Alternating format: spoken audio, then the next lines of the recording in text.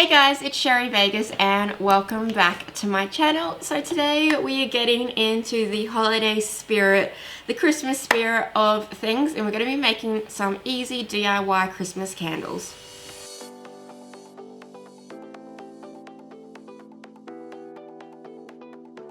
In this tutorial, I'm going to show you two different ways to make some really fun Christmas candles.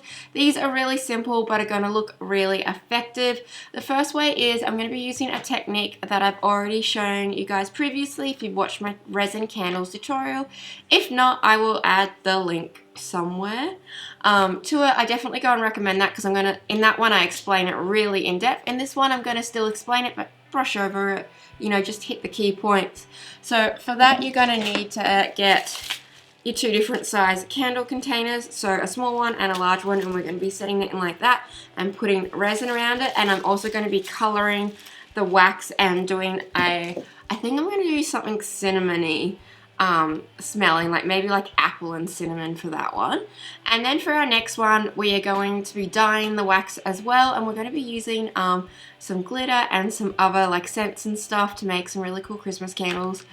I've decided I'm going to go all out for Christmas this year because this year, let's face it, has not been the best, and I would like to finish it on a high note. And I love holidays. Any reason to get creative and get decorated and chocolate and food and all of the good stuff to do with holidays, I am in.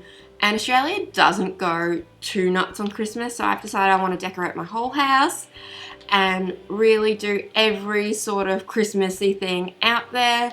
And I'm going to be making some Christmas candles that I'm going to be gifting to my friends.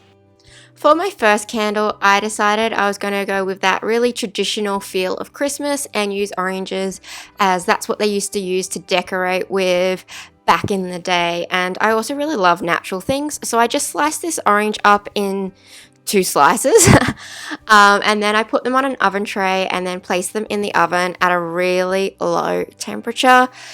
These will burn really easily, so just make sure you've got them on the lowest temperature possible, and you want to stick them in there for a few hours, but keep on checking on them because they do just all of a sudden burn really easily.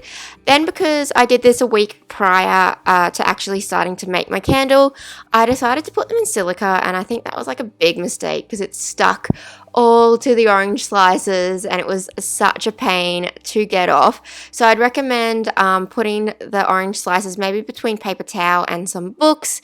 I just did the silica because that's what I always do with flowers, but it does not work the same with fruit, as I found out. So do not stick it in silica, just put it in maybe like by the windowsill where it'll stay nice and dry until you're ready to use them. But you need them to be 100% dry because we're going to be adding them into resin. I'm also going to be adding a few other things like this star anise. I know it's called something different in other countries, and some cinnamon sticks.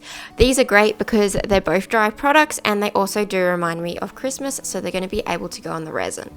Then I mixed up a really small amount of resin and just poured it into my first jar, and then I placed my smaller jar that's going to go on the inside on top of the resin.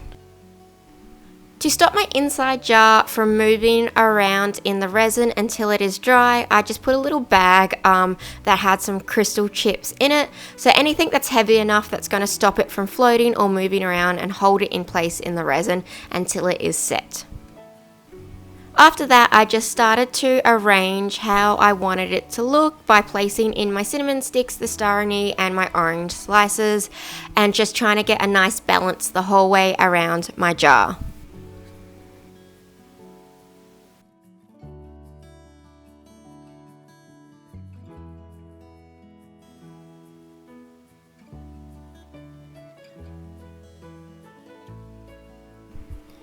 And once I had everything in place, I just then poured another small amount of casting resin. So this is an epoxy casting resin all over my items that were in between the two glass jars.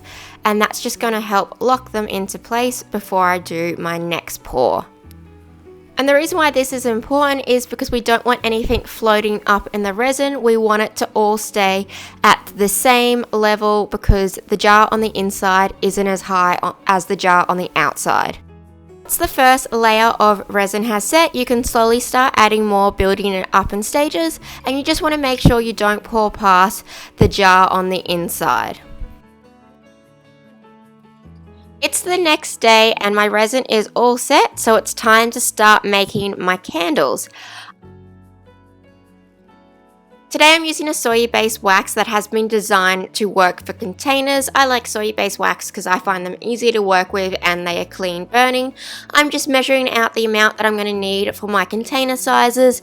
If you're unsure, I do have a full beginner's guide on how to work with candles, so definitely go and check that one out. But after I've measured out my wax, I'm just going to put this on my heat. I'm doing a double boiler method. This lets me control the temperature a lot easier than just putting my wax straight into the microwave, as I need to get my wax up to 180 degrees and then back down to 130 before I add everything into it. So by getting it up to 180, it's going to expand out my molecules, and then by getting it back down to 130, that's the perfect temperature to start adding my essences and my color in.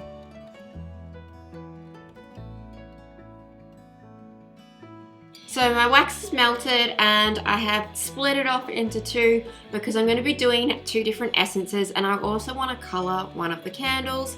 So for the first one, I'm going to be doing like a cinnamon and apple one with a little bit of orange with the essence.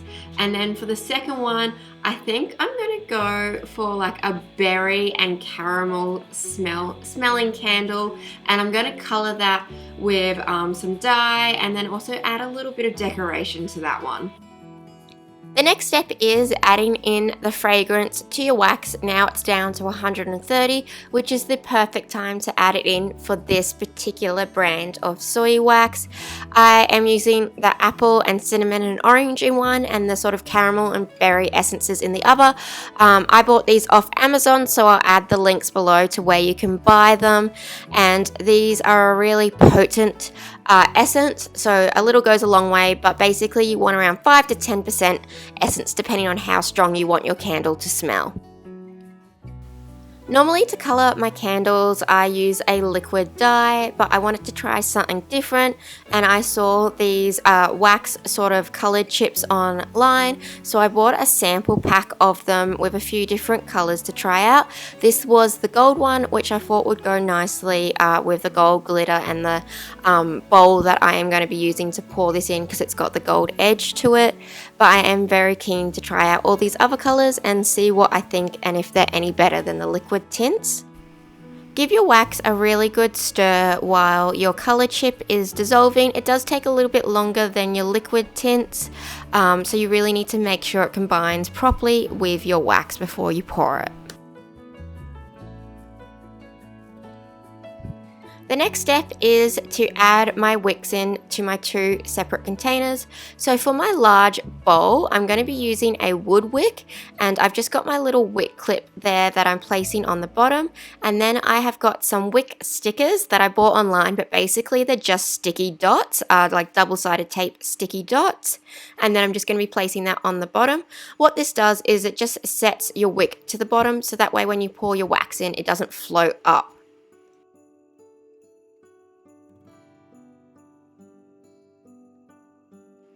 On my other candle, I am just using a cotton wick as it is a lot smaller and I need to adjust my wick size to my candle size. And I'm doing the exact same thing and placing that on the bottom in the center of my candle.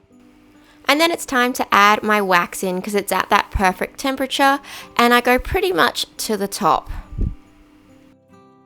A little tip when you are coloring your candle wax is to pour a little bit out onto some paper towel or a white surface, because this is going to show you the color that it's going to end up, because it is really hard to kind of judge that when it's in its liquid form, because when your wax sets, it sets with a white base instead of that yellow color. So if you want to kind of see what color you are making, pour a little bit out and see it set on a white surface. Now it's time to add my finishing touches to my candles. I did let my candle set a little bit too much, so I just got my heat gun, my blowtorch, and melted that wax just slightly down again so I could place my cinnamon stick on top. You can use a heat gun. It'd probably be better if you used a heat gun and not an open flame next to your candle, but I was really careful and I don't know where I put my heat gun. But yeah, because that way it's just going to set into my wax when I place these on. And now it's time to add my glitter. So this glitter is from Makeup Weapons and it is a bio glitter, which means it is plastic free. And I just place that all around. I'm kind of doing like a crescent moon sort of look to this candle with my cinnamon stick and my star anise and a little bit of glitter, and I feel like it's super Christmassy. And the last step is just to cut your wicks down to size. Obviously you don't want a massive wick sticking out of your candle, so you want to leave probably like 1 centimeter to 2 centimeters above where your wax has finished. So these are my 2 finished Christmas/holiday themed candles. I absolutely love these. I cannot wait to use them. I do recommend leaving your candles for about 48 hours before you do burn them from when you first pour them, just so that way all of the essences and essential oils can like settle. This one I really think is going to smell amazing. It's got orange, apple and cinnamon sort of smell through it to match my theme. And then this one is a berry and salted caramel flavored candle, and it's got that really pretty bio glitter on top. Just remember that you want to use a bio glitter and not a plastic based glitter. You do not want to be burning plastic. Let me know your thoughts below in the comments. Which candle do you like? And if you want the full tutorial on how to do this candle, don't forget to go and check that out, because I do have a full video breaking this style down with the resin in depth if you've never worked with resin before. If you like this video, please give it a big thumbs up. If you're new to my channel, please do subscribe, as I post so much of candle and resin and art tutorials all the time. And if you haven't already, don't forget to hit the notification bell so that way you get notified every single time I upload a new video, which is once a week. And don't forget to check me out on all of my other social medias. Thank you guys so much for watching.